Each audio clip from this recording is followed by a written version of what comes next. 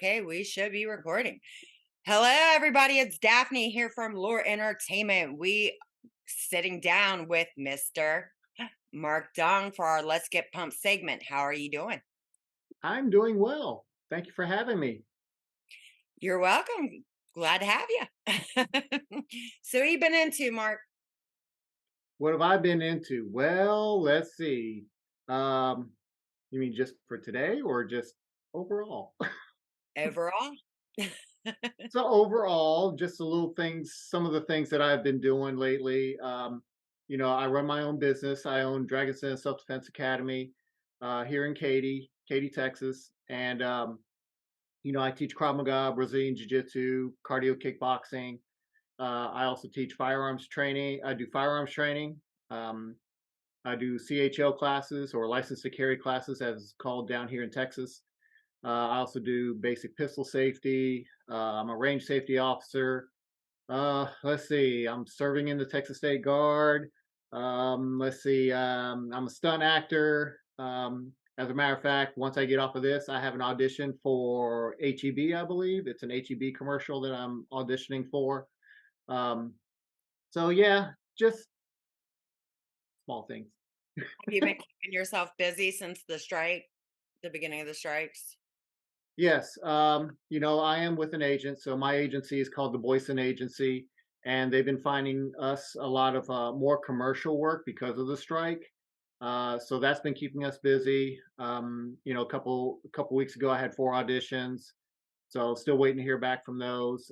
Some of them are for independent films, so that doesn't involve the Screen Actors Guild and stuff like that. And I just got before I got on, someone just text messaged me about doing some fight choreography, more specifically like sword fighting choreography. So we'll see what that's all about and go from there. So, what's your favorite thing to do out of all of it? Is it the stunt coordinating, the actual stunts, the martial arts? I mean, we know you love martial arts because obviously you own a studio, you know what I mean? But I'm talking about like in the film world. So in the film world, I did get into it through stunt as a stunt actor, Mhm. and it was because this gentleman reached out to me on Facebook because I taught Krav Maga, and the film that he was working on wanted somebody with Krav Maga skills in it. So he reached out to me, and then I didn't hear from him till like maybe a year later, and then we started doing something together. And then he liked how I was training people, so he wanted me to be like the head stunt trainer for his group here in Houston. So started doing that, and then I got into my first independent film, short film, and that's where it started. And now that I'm in my 50s now, so I don't think being thrown over a car or falling down or rolling downstairs um, fits my description anymore. Um, so I know I know quite a few over 50 and they're badass. I mean, badass. I'm no young person myself, but I don't know if I'd want to go down them damn stairs because that's actually happened to me before by accident, not on purpose for a movie, but I fell down concrete stairs and that was not fun at all, especially when you're flipping. Yeah, Um, there was a scene where we had it was like in some stairwell, and it was concrete, and I had to fall down the stairs. That was not fun. it's really, really, really not fun at all. Yeah, so that's why I do more of the stunt coordinating, the fight choreography, more fight choreography than actual stunt coordinating, because stunt coordinating also involves like the wires, the ratchet pulls and stuff like that. Controlling the high falls, burns, fire burns and stuff. I just don't have all that equipment. Although I've been to a couple stunt camps to where they trained us on that stuff, but I don't have that stuff here, so I would consider myself more of a fight choreographer than actual stunt coordinator. Although a lot of movie makers, filmmakers, they put in the credits as stunt coordinator. Yeah. So okay, Yeah, there's only so many they give us to choose from. For right? Pick one. so what did you think about, I mean, you said it was a year from the time that you had spoke with the other person to being put in that movie. For you people out there who are not in our industry, years are just like weeks to normal jobs. Yes. It's a year to your guys' week. That's Facts. there's a lot of people that don't understand that. They're like, "Oh, it's taken this long to make a movie or a couple years for this." Well, what the hell, man? Do you think we just write the shit down and go film it? Because Right. that's no, it's a long, drawn out process before we even get to film it, you know? Yep. I mean, right now I'm involved with uh, an anime series, and she's been working on this for a few years already. Yeah. And I'm the stunt coordinator because she's going to have me do all the martial arts in it. But we haven't even done any martial arts movements yet for the choreography for the animation. We haven't even gotten to that part. She's got all the scripts written out and everything, and she's still making edits and everything. But yeah, that it's still in what's it called pre-production. Um, the movie that we wrapped in December, Where the Stars Are, that's my first supporting speaking role, and I play a typical, Asian immigrant dad. And that should be, I think, they already released they released the trailer, and that should be coming out. I think he said November. Mhm. That's a year later, Yeah. you know. So when you said, 1 year is like regular week, so 1 year to release the film. I mean, it's just the editing that takes forever, and this is without any fight scenes. Oh, I edit. I know. There's I know. I mean, I did catch a little bit of country twang though in your voice. I caught You it. caught it? I caught Sorry. it. No, there's so much, especially to animation. I mean, I'm actually in the process of working on that. It comes to where, when you're doing what I do, because producing, you've got all these, different movies, but you can't do them all at one time. That's what people don't get. And there's also an animation that we're talking about that I'm wanting to do, which is later on, but I'm not going to say anything about that right now. That one's more low key. I don't actually even think I have that up on IMDb. I think I took some of that down. Um, but I mean, this is a long drawn out process. In post production, that can run sometimes, God, for years on its own, Yep, you know. yep. And editing is not fun. Nope. It's not. And I learned on my own how to edit. And I mean, I didn't, I had no choice. I was like, it's either I'm gonna have to sit down and learn, same thing I did, with everything else I've learned how to do. I had to sit down and actually learn it my damn self because, you know, it's expensive to take those classes, and when you edit it, there's so much you're doing because you've got to do transitions, you've got to do, your intros, you got to do the outs, then you've got to do, Yep. the colors and anything, or how you're going to do speed. It's a big pain in the ass. I love all you editors. I don't want your damn job. Keep it. Keep that shit. Keep it. I'm good. Yeah, I'll just stick with the fight choreography. Right. Yeah, I'll just set it all up and we just knock it all down, but I don't want that job. We're good. It's a pain, and something I've noticed also, because doing these videos are a little bit more different than actually doing the movies. When we shot the teaser trailer for Shattered Dreams, um, because I had to play director basically for the second unit. I was second unit director on that because the directors they're tied up right now, so I couldn't get them up here to do this.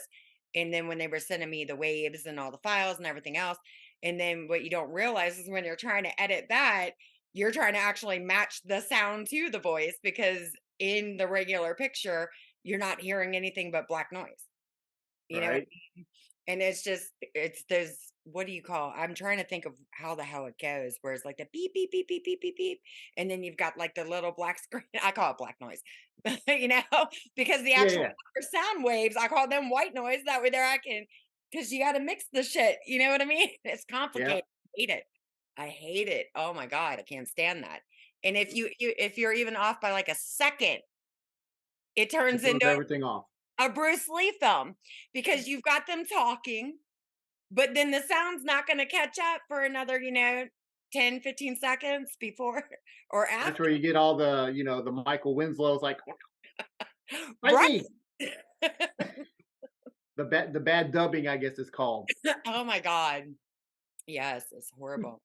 So, since you're kinda new to to the acting part, right? As far as acting, yes, because like I said, Where the Stars Are, that was my first supporting. Mhm. I've done some, actually, another action film just wrapped. He just wrapped it up a few days ago. It's called Death Merchant, and it's an independent film, but it's a full feature film, Yeah. and I do have a speaking part in it, but I'm speaking in Chinese.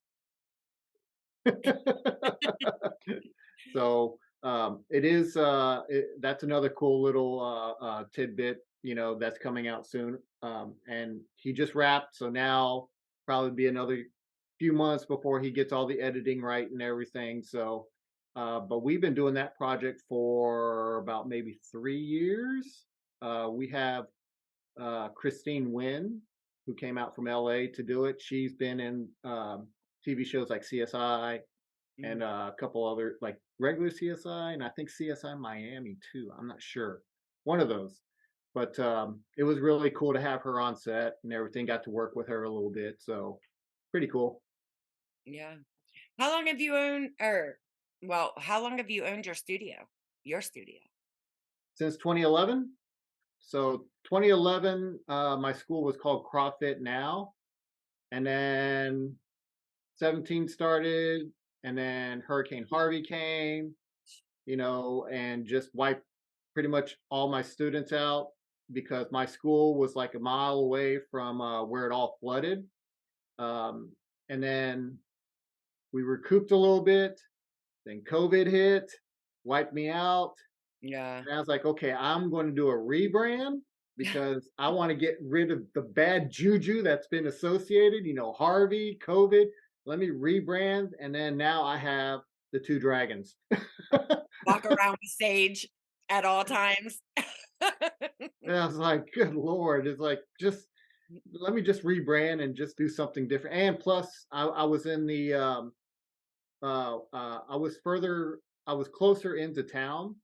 Right now, I'm out in Katy, which is 30 miles west of Houston. Yeah. So I was like maybe 10 miles west of Houston or at my previous school. So now I moved closer to where I live. So, you know, now we're doing this.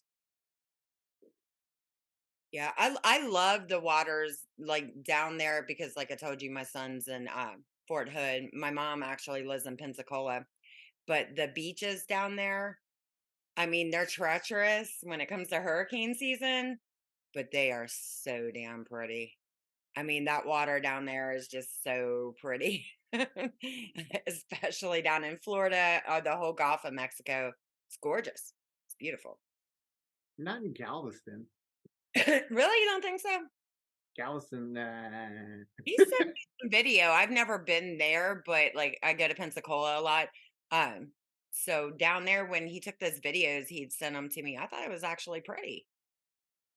Well, that's probably like that's closer to Florida, but right here in Galveston, the beaches are nasty. They're not Really? that pretty. Yeah, they're not. You're like, don't come, stay. Yeah, the water's all brown. I think there was a couple times where I think even on the news they said, "Oh, there's a spot where the water's actually blue or like an aquamarine or something like that." And we're like, "No way." We're gonna see 1,000 of you out there with your iPhones. For real. And that's what happened. Several people went out there with their iPhones to take video or whatever of the water in Galveston that's actually like a bluish tint.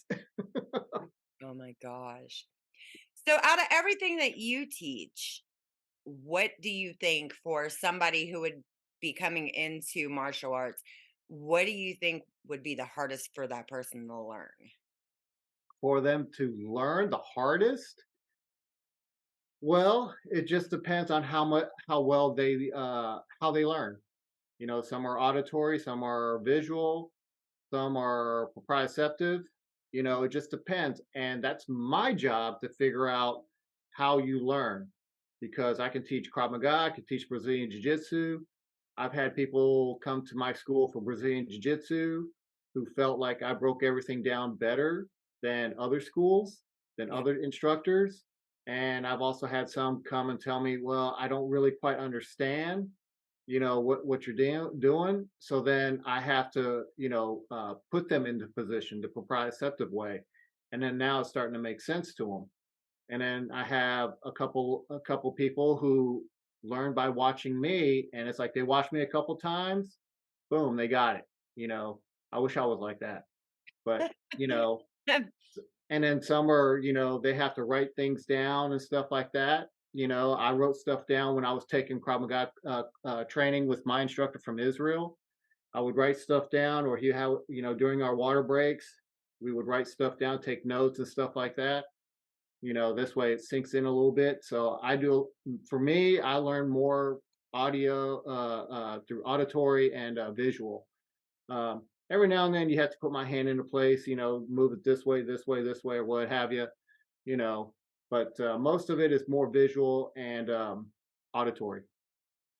Yeah, it'd be fun. I mean, I think me, because I like to joke around a lot. So if I ever wanted to figure out how, if I was teaching that, how somebody would learn the first day they come in, I think I would put one, a book down with a brick on it, two, an actual brick.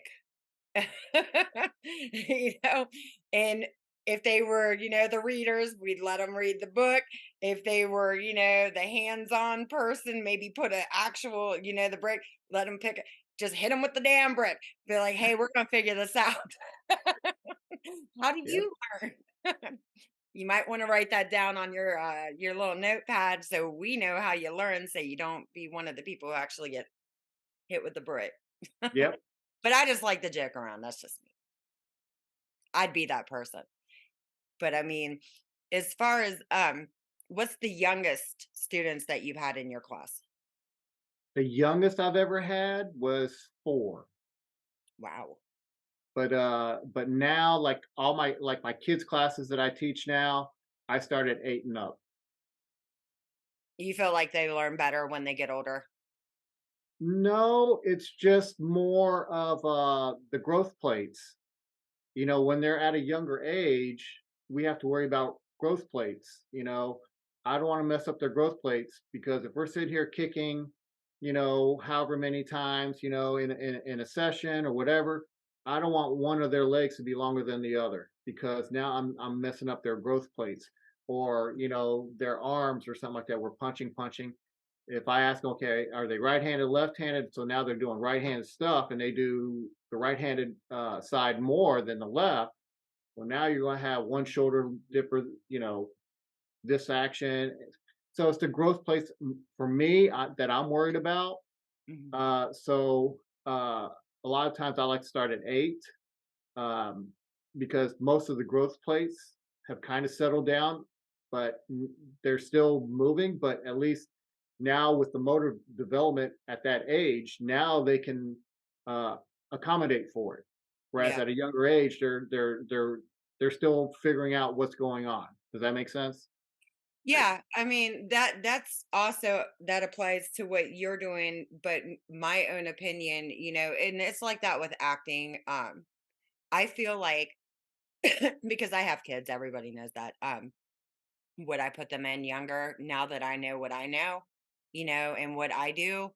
And no, just because I don't, this is my personal opinion. I know there are a lot of people out there are probably saying, like, damn, bitch, I was going to put my kid in acting. But, I'm just being honest. Kids are more let down in this field that we do, the industry that we do, just because. they're kids. Their feelings get hurt, it crushes them. Yep. And I feel like, I mean, every one of my kids have had the chance to come and be in anything that I'm doing. I don't mind, but do they want to? Hell no. And even my youngest, she refuses to be on camera because I mean, she'll be 16, but she's not that person. And I'm glad because I feel like, and I've worked with, kids in different things that I've done, but I really feel like this industry is a lot better when you're older. When even if it's like 8, well, I can't even say 18 because anymore a lot of 18-year-olds have the mentality of 13 and 14-year-olds. So, I would probably say at least 21. I'm kind of glad I've had the opportunity presented to me a couple times when I was younger, and I'm glad that I never took it because if I had to go back and do that then, what I'm doing now, then I don't think it would have worked out, versus being older, you're more able Right. to learn and handle it. And like the rejection portion of it, they don't get it. They think, oh God, they hate me. And it could just be something as small as your hair color, just anything so small like that. And with kids, once they get the rejection portion of it, they don't want to do it. It changes them. You know what I mean? Right. It's like, I mean, it's like in sports, you know how in PE, okay, choose your 5 people. Okay, I want this one. I want this one. And, you know, if you're a kid and you're the last one to get picked, it's like, well, I guess you had no choice. You didn't want me. So now I'm kind of like forced to be on your team. So it's kind of like, you know, I don't want to be here because y'all didn't really want me. You know how they could solve that in school? Honestly, they could have everybody at the start of the class put their name in a friggin' hat and then pick And the draw. team leaders and each one of them draw until they're gone and that person gets that person, period. It does not matter if they cannot play at all. It does not matter. At least though, I'm not saying give everybody a trophy because that's the one thing in the schools I don't believe in is everybody getting the participation trophy because then they're not learning. They are handed a trophy they did not earn. And that's the one part of it I don't believe in. But to make it fair as far as picking people to prevent that, that's the smart thing to do. Put the names in the hat, let them draw till it's gone. And the winners, they get the trophy. The other people, see you next Better year. luck next time. They learn that, and that's what makes me mad sometimes about the schools because these kids are they're gonna grow up thinking, oh yeah, well I've got this, I got that. No, you were handed that, you didn't earn it.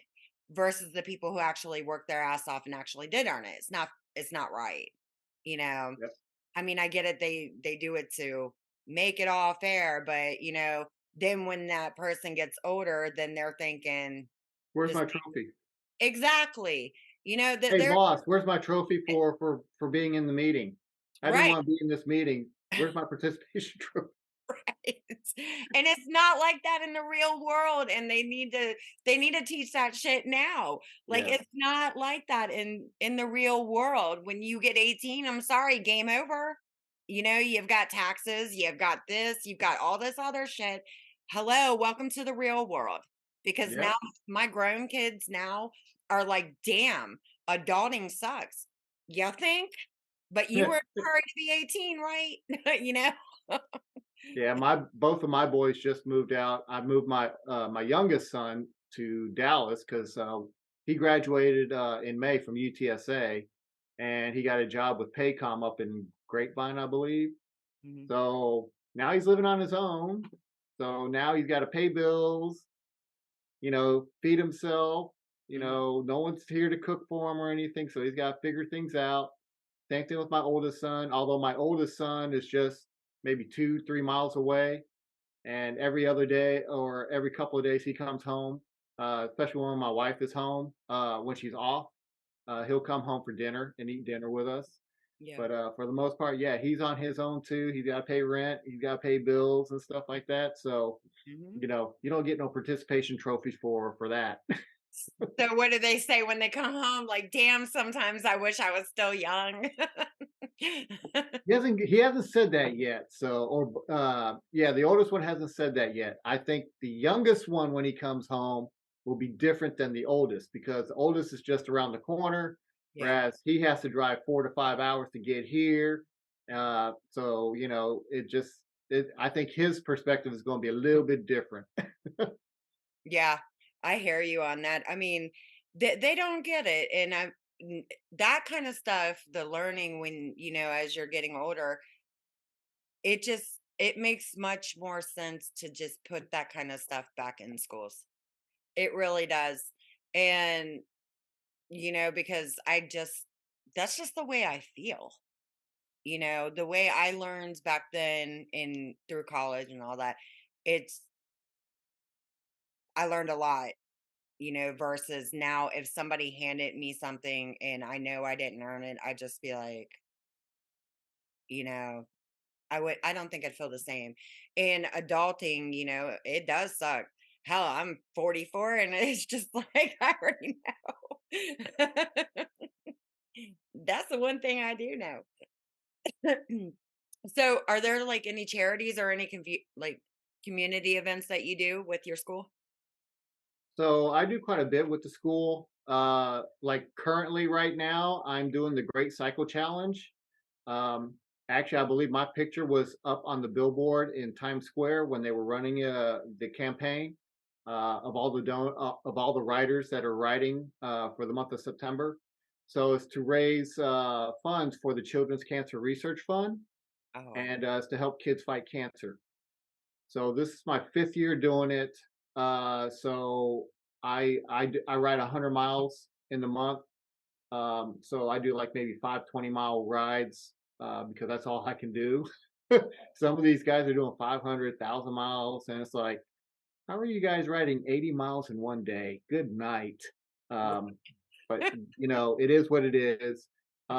I also did the Mission 22, the 48-mile ruck.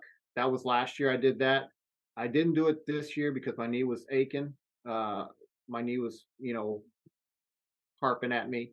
yeah, Um, last Friday, I did the 9/11 challenge, and that was through a friend of mine's gym called Bona Fitness here in Katy.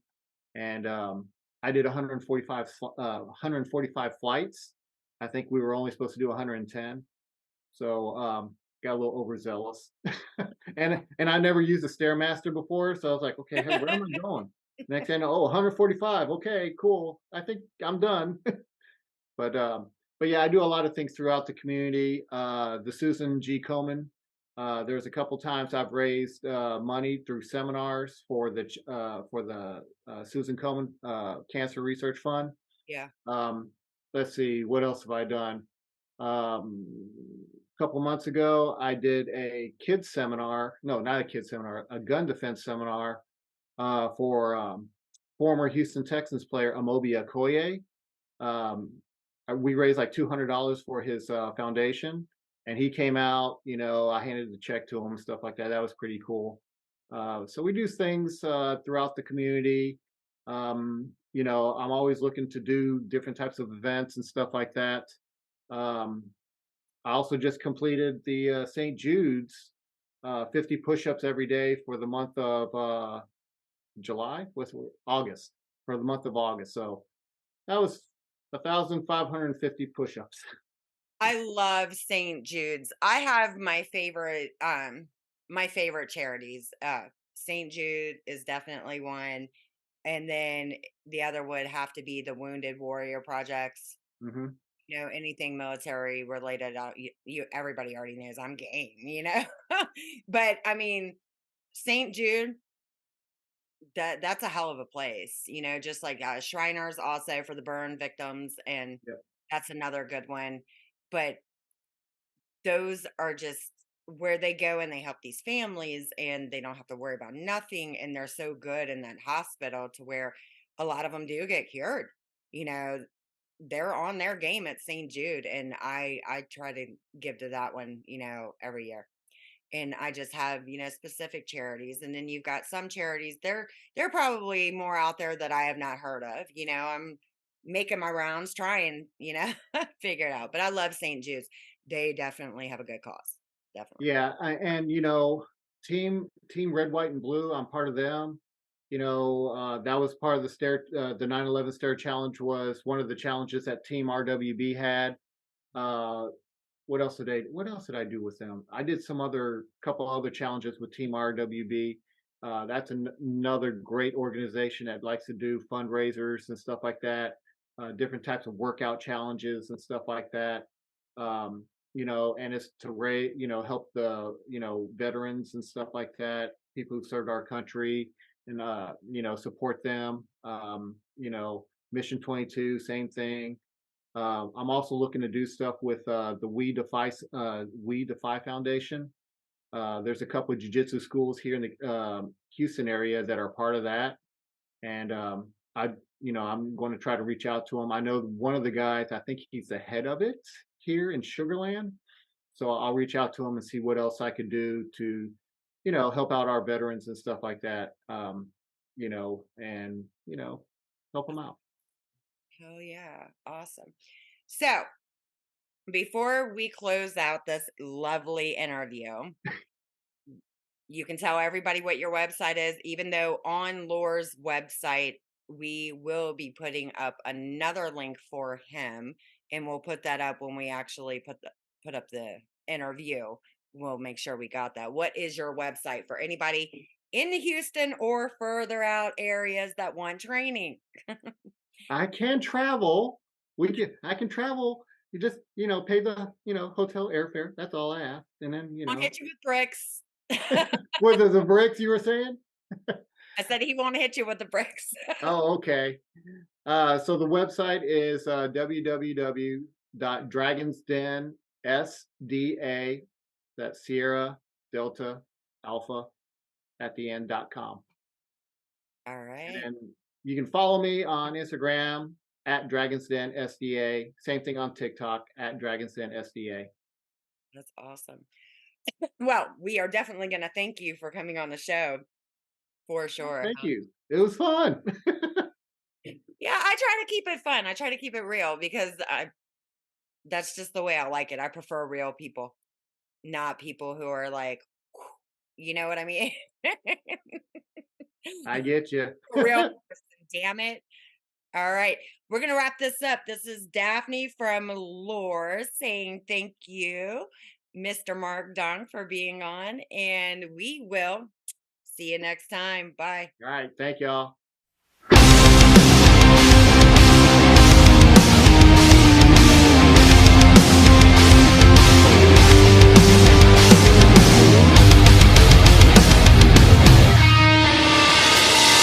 I know what you're thinking. I'm gonna lie when you're leaving, and you owe me a kiss on your way out the door. I love how you text me when you say that you miss me, but we both know it just makes me want more. I know I should lie when you lie. I know when I look into your eyes, you're everything I wanna be.